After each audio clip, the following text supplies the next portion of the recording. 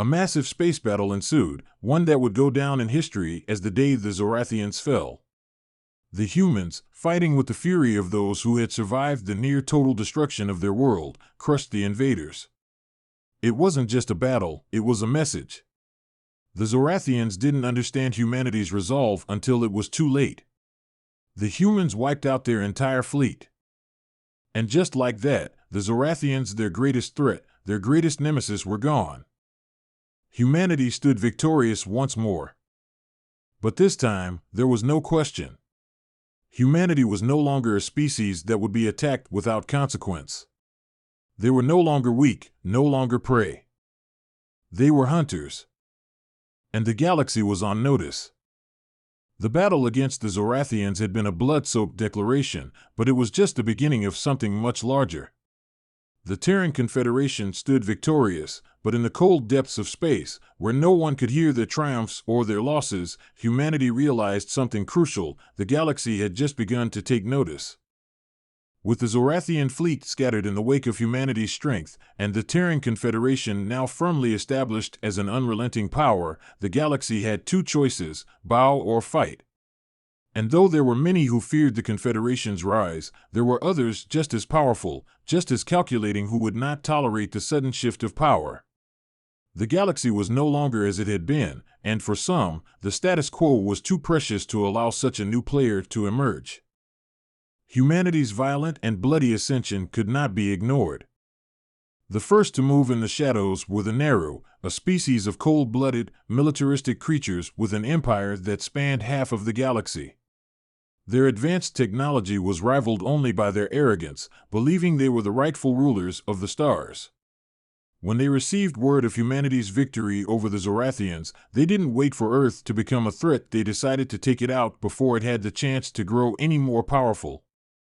The Neru were methodical in their approach, moving quickly to infiltrate the galaxy's information networks, silently probing human defenses, and gathering intelligence on the human military's newfound strength. They understood the importance of the Terran Confederation's rapid expansion and the potential that a unified human race represented. To them, Earth was a challenge that could not be left unchecked, a potential rival that had to be crushed before it could challenge their own grip on the stars. But the Neru had underestimated the Terran resolve again. Earth, in the wake of the Zorathian destruction, had done more than just rebuild.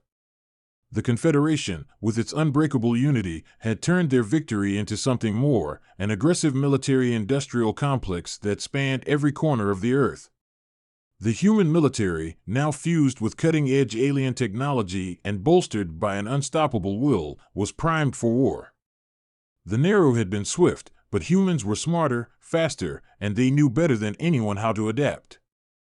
The Confederation began to position its fleet along the outer reaches of their system, creating a perimeter defense unlike anything seen before. It wasn't just about stopping invasions, it was about asserting their place in the universe.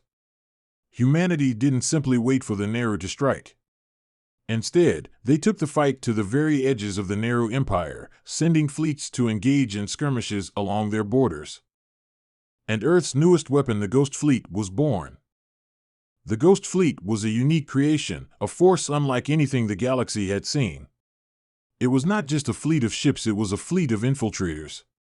Using technology stolen from the Zorathians and combined with humanity's own innovations, the Ghost Fleet could slip into enemy territory without leaving a trace. The ships were equipped with stealth systems so advanced that even the most advanced Neru sensors could not detect them. This fleet would infiltrate, sabotage, and strike at the heart of the Neru Empire. The first strike came without warning. A series of mysterious explosions rocked key Neru supply stations deep within their territory. The Neru were confused, rattled, unsure of what had happened. The Terran Confederation had shown no signs of mobilizing yet. Their enemies' supply lines were suddenly crippled, and their communication networks jammed. Then, the Neru fleets began to disappear. Ships vanished in the void of space, their wreckage left floating as silent evidence of human superiority. It was as though the Neru were being picked apart by ghosts in the dark, unseen, unknowable, but unmistakably lethal. It wasn't long before the Neru knew they had made a grave mistake. Earth was no longer a backwater planet to be conquered. It was a force, and it was taking the fight to them. However, it wasn't just the Neru who were watching. Word of the Terran Confederation's unexpected aggression spread, and soon there were whispers of other galactic empires preparing their own responses. The Thalgar, a massive insectoid species with a natural gift for biological warfare, the Krogan, a brutal and warrior-like species whose empire stretched across several star systems, and the Vector, a race of highly intelligent, cold-blooded manipulators, all began to take notice. The Zorathians had fallen, yes, but Earth's brutal methods had sent shockwaves across the galaxy. The galaxy that had once turned a blind eye to humanity was now standing on the precipice of a new era. Every species, every empire that had once considered Earth as little more than a blip in the great tapestry of the stars now realized that humans were no longer content to be passive players. The first meeting between the Terran Confederation and the united front of these alien empires was not one of diplomacy. It wasn't a meeting where terms would be agreed upon. There would be no peace talks. Instead, it was a battle, and humanity had one simple message to deliver. We are not your prey. Human forces gathered at the edges of the Neru Empire, where their forces could gather strength and prepare. The Ghost Fleet had already dealt significant damage to the Neru, but now, humanity would show the galaxy what a unified Earth could do. It started with a single, breathtaking move. The Terran Confederation used their own Black Dawn project, a massive, highly classified weapon capable of launching a devastating strike at a galactic scale. It wasn't just a weapon of mass destruction, it was a weapon of annihilation. The weapon, a huge, intricately designed mass driver, could obliterate entire fleets in one sweeping blow. As the alien forces gathered their fleets for an assault on Earth, humanity struck first. The Black Dawn weapon fired. The energy burst ripped through space, instantly destroying the first wave of the Neru and Krogan fleets that had approached Earth. The blast cut through the heart of their fleets, erasing them from existence with a single, explosive wave. The combined might of the Neru, Krogan, and Vector was thrown into chaos. The remnants of the fleets retreated into deep space, and the galaxy's most powerful forces had been humbled. But even after the devastation caused by the Black Dawn weapon, the real war had only just begun. Humanity was on the offensive now. The Terran Confederation didn't wait for their enemies to regroup. They pursued. They engaged. They wiped out one empire after another, not with the cold efficiency of the alien invaders, but with the unrelenting spirit of a species that had come to understand one key truth. Humans don't back down. Not for anyone. Not for anything. Wherever the Terran fleet went, the galaxy took notice. The Vector Empire tried to outmaneuver them, but they underestimated humanity's willingness to sacrifice everything. The Krogan tried to match them in battle, but the Terran fleet overwhelmed them, using tactics so unexpected and brutal that they shattered their opponent's morale. The war didn't last long. In less than a decade, Earth's fleets had rolled through entire systems, dismantling the galactic powers that had once threatened to wipe them out. The Zorathians, the Neru, the Krogan all were broken. The Vector tried to form coalitions to counteract humanity's power, but it was too late. Earth had become a new empire of its own, a dominion built not on technology alone, but on the simple, terrifying truth that humans would never let anyone stand in their way again. The universe, once so vast and seemingly indifferent, now began to tremble under the weight of humanity's relentless march. No one dared to challenge the Terran Confederation openly anymore. And humanity's message was clear. We don't ask for your respect. We take it. In the grand halls of the Galactic Assembly, a vast chamber of shining metallic walls and glowing holographic representations of entire star systems, the leaders of 1,000 different species sat in a tense silence. The murmurs of discontent, once low and controlled, had begun to grow louder. The most important peace talks in 1,000 years were happening here, today, and every major power in the galaxy had gathered to address the issue that had consumed the galaxy for decades: the rise of the Terran Confederation. Humanity.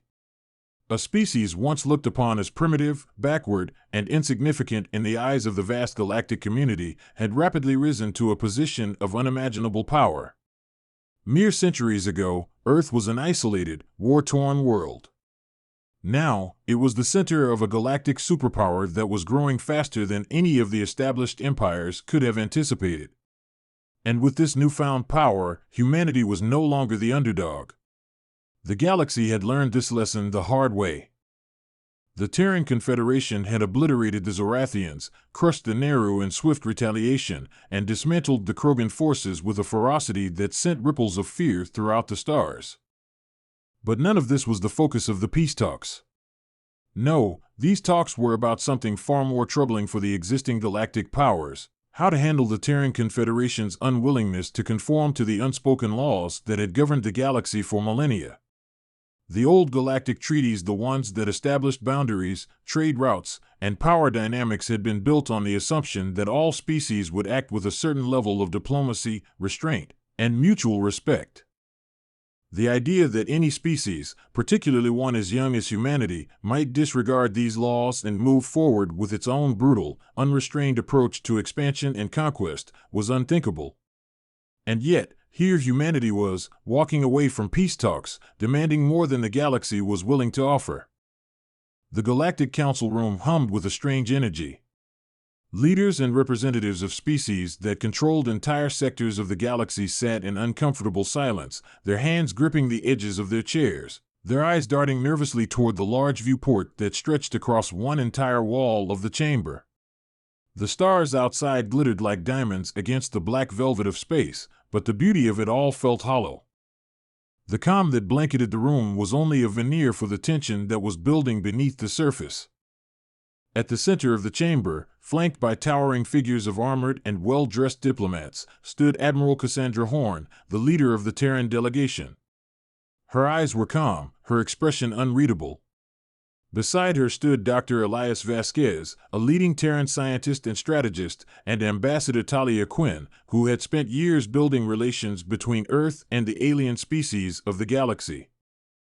They were surrounded by representatives of nearly every galactic power: the towering insectoid Thalgar, with their mandibles clicking in agitation, the Vector, sleek, cold-blooded manipulators who never seemed to break their stoic faade, the Krogan, still reeling from their losses but eager to prove their strength, and, most notably, the Neru, whose silent and watchful gaze remained fixed on the humans. Every species in the galaxy was represented, and the stakes couldn't have been higher. The High Chancellor of the Galactic Assembly, a being of indescribable form, made of shifting, translucent material, stood at the center of the room.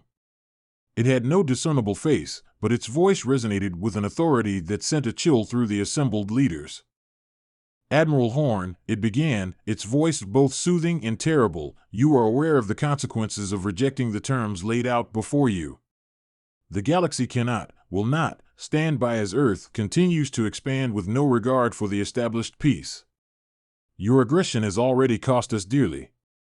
The lives lost in your battles against the Zorathians, the Neru, and the Krogan are unacceptable. The treaties are clear: the expansion of a single species at the expense of galactic harmony will not be tolerated." Admiral Horn's gaze never wavered as she stepped forward. She had heard these words countless times, and she knew the weight they carried.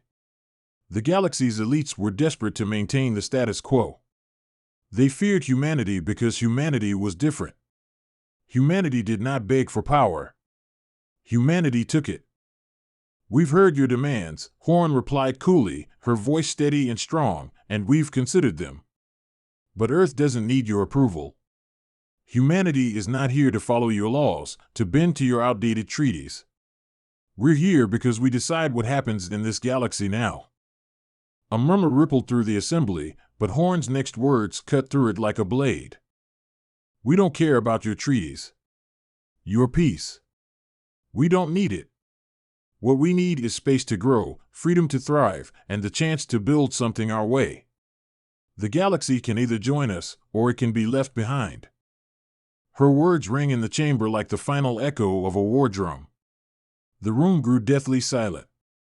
For a moment, there was no movement, no breath. The leaders of the galaxy, all with their ancient empires and centuries of history, were confronted by the sheer arrogance, the absolute boldness of the humans in front of them. They had been warned, yes, but nothing could prepare them for the audacity of it all. The idea that humans, mere newcomers in the galactic theater, would speak to them in this manner was unthinkable. The Thalgar Queen's mandibles clicked violently, and a deep, guttural hiss escaped her throat. "You dare!" "Yes," Admiral Horn cut her off. "We dare. We dare to survive. We dare to fight. We dare to win." The Krogan leader, a hulking brute with crimson skin and bared fangs, slammed his fist onto the table. "You humans," he began, his voice low and menacing, "are playing a dangerous game. You think you can stand alone in this galaxy? You think the rest of us will let you run rampant?" Horn didn't flinch. "It's already too late. You had your chance to stop us, and you failed. Now we don't need anyone's permission to do what we want. We don't care about the rest of your empires, your borders, your rules. Earth is going to do what it takes to ensure we never go back to being what we once were." The narrow diplomat stood up slowly, his eyes burning with barely contained rage. "Do you have any idea what you're saying?" he asked, his voice venomous. "The Neru do not forget insults. We do not allow insolence to go unpunished." "Then do something about it," Admiral Horn said, her eyes meeting his with icy defiance. "Come at us again. Try to wipe us out again. We'll fight back. And we will win." The tension in the room became almost unbearable. The leaders of the galaxy were used to diplomacy, to subtlety, to coercion, and to manipulation. What they were not prepared for was the brutal, unrelenting nature of humanity's new position in the galaxy. The galaxy had been content to deal with one another through careful negotiations, power plays, and indirect threats. But Earth had shown that it was capable of direct, savage confrontation. The humans would not negotiate out of fear. They would not compromise. They would simply take what they wanted. The Galactic Chancellor's voice echoed through the room, trying to regain some semblance of order. "Admiral Horn, this is madness. You will not be allowed to continue on this path. The galaxy will unite to stop you. Your aggression will lead to your downfall." "We'll see about that," Horn said simply, before turning to her delegation. Without another word, she nodded to Ambassador Quinn and Dr. Vasquez. The trio walked away from the center of the chamber, their backs straight and confident. They didn't need to say anything more. They didn't need to justify their actions or explain their position. The message had been sent. The delegation left the assembly hall without further discussion. And in that moment, as they exited the chamber, the leaders of the galaxy knew they had been left in the dust. Humanity was no longer concerned with their fragile peace. Humanity had decided that it would carve its own path, no matter the consequences. In the days that followed, the galaxy watched with wide-eyed horror as the Terran Confederation did exactly what it had threatened. It pressed on with its expansion, destroying any resistance in its path. They took what they wanted: colonies, star systems, resources, without asking for permission and without hesitation. The humans didn't seek peace. They didn't negotiate. They simply took control. And in the cold depths of space, the galaxy began to feel the first tremors of a new, terrifying reality. The age of humanity had arrived. The peace talks were over. And for the first time in millennia, the universe was confronted with a species that didn't care about its ancient treaties, its rules, or its fragile sense of order. Humans didn't need the galaxy's approval. The galaxy would have to learn to live with them. As the days turned into weeks, the galaxy watched in growing terror as the human-led Terran Confederation swept across star systems with an unrelenting drive, taking whatever they wanted and demanding everything. The Galactic Assembly, once the undisputed authority in interstellar diplomacy, found itself fractured, its once cohesive front shattering under the weight of humanity's audacity. The age of restrained diplomacy, of carefully maintained power balances, was crumbling, and there was nothing anyone could do to stop it. Humanity had declared its dominance, and in their wake, the galaxy's once unified powers were left scrambling for answers. The Thalgar, once the most formidable biological warriors in the galaxy, were now retreating in the face of humanity's technological might. The Neru, ancient masters of war and strategic dominance, were struggling to maintain their tenuous grasp on their vast empire. Even the Vector, cold and calculating, were forced to reconsider their position in a universe where humanity could no longer be ignored. And yet, there were those who saw this as an opportunity. Deep in the heart of the galaxy, beyond the reach of Terran ships, a new alliance began to form. The Krogan, once enemies of humanity, were the first to initiate secretive meetings with the remaining leaders of the Neru and Thalgar. Though their empires had been shattered by the Terran Confederation's relentless conquest, they were not a species that took defeat lightly. Their pride burned, and their hatred for humanity began to coalesce into a singular desire to destroy the Terran threat before it grew beyond control. In hushed rooms filled with murmurs of war, they began to plan. At the same time, on Earth, Admiral Cassandra Horn watched the stars burn with a quiet intensity. The Confederation had taken everything it needed, seized control of key systems, and expanded its influence to an alarming degree. Yet, the constant pressure, the ever-growing threat of retaliation from the galaxy's remaining powers, weighed heavily on her. It wasn't that she doubted humanity's ability to win the war, it was that she knew something far more dangerous loomed on the horizon. The Allied Galactic Front, as it was called, was forming. A coalition of the galaxy's most powerful empires was beginning to unite, albeit in secret, to confront the human menace. The Krogan were mobilizing their remaining war machines, the Neru were dispatching their most ruthless fleets, and the Thalgar were reinforcing their front lines with their most dangerous bio-engineered soldiers. Together, they would launch an all-out war against the Terran Confederation. But Admiral Horn wasn't the type to sit and wait. She knew the most dangerous thing the Confederation could do was not to strike first, but to refuse to strike at all. And so, in the heart of the Terran capital, she convened a secret meeting with her closest advisors. The decision she was about to make would be one of the most significant in human history.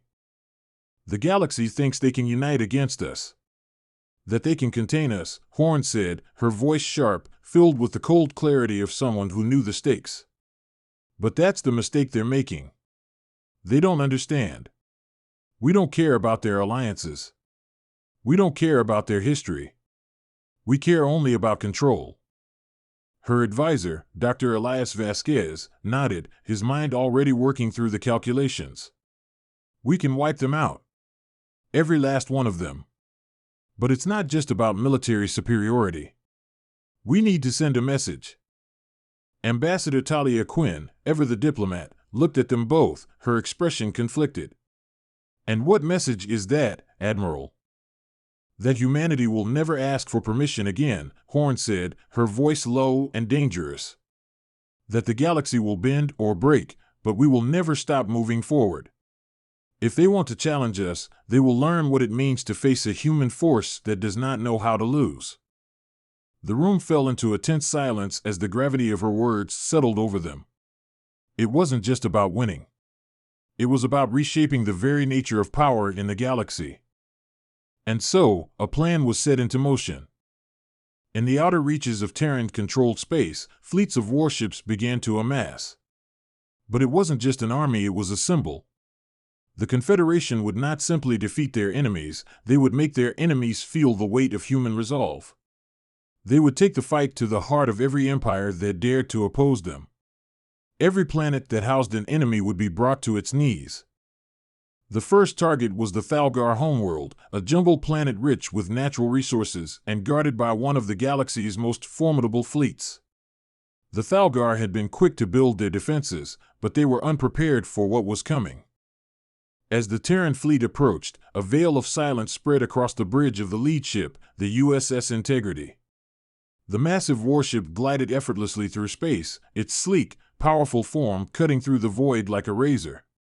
Admiral Horn stood at the helm, her face a mask of cold resolve. "Bring us to position," she commanded. The fleet moved into formation, surrounding the Thalgar homeworld like a noose tightening around its prey. And then, without warning, humanity unleashed the first salvo, a brutal barrage of missiles and energy beams that rained down on the planet's surface. The Thalgar, unprepared for the overwhelming force of the attack, scrambled to retaliate, but their efforts were futile.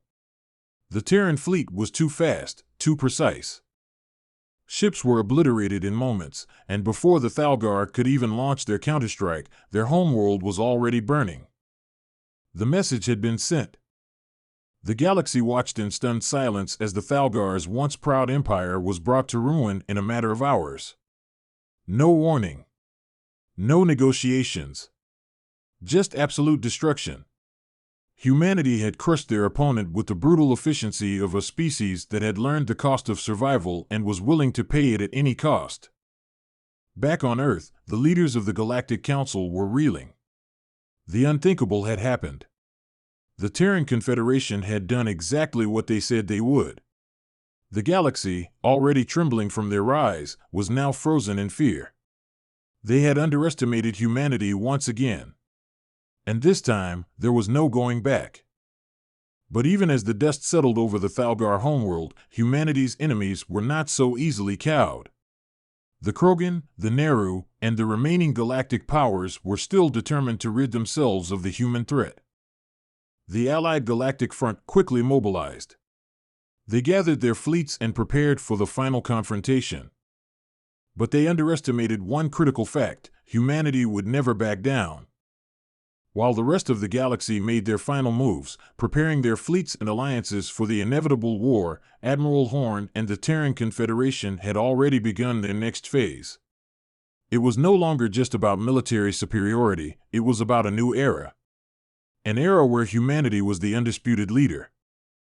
And so, with fleets already in motion, humanity continued its march toward dominance, toward victory, toward a galaxy that would one day bend to its will. The war had begun, and the galaxy had no idea what was coming. The storm that had been brewing in the galaxy for decades had finally broken. The power structure of the universe, once carefully balanced, was now on the brink of total collapse. Humanity, having destroyed the Thalgar homeworld in a single, unrelenting strike, had proven that they could not be stopped. Their enemies, the Krogan, Neru, and even the Vector, had underestimated the Terran Confederation's resolve, and now, the galaxy was scrambling to adapt to a new and terrifying reality. Admiral Cassandra Horn stood on the observation deck of the USS Integrity, staring out into the vast expanse of space. The stars glittered, cold and indifferent, but to her, they now represented the future of humanity. Their future. A future where humans would no longer be passive participants in the galactic stage, but the undeniable masters of it. The destruction of the Thalgar had sent shockwaves across the galaxy, and now, as the dust settled on their broken world, the true scale of humanity's rise began to sink in. "We've broken them," Dr. Elias Vasquez said, joining her at the observation deck. His voice was low, almost contemplative, but there was a dangerous edge to it. "But the question remains, how far will we push before they fight back?" "We don't stop," Horn replied, her tone resolute. "Not until we have everything we need. Not until the galaxy knows that humanity does not ask for permission."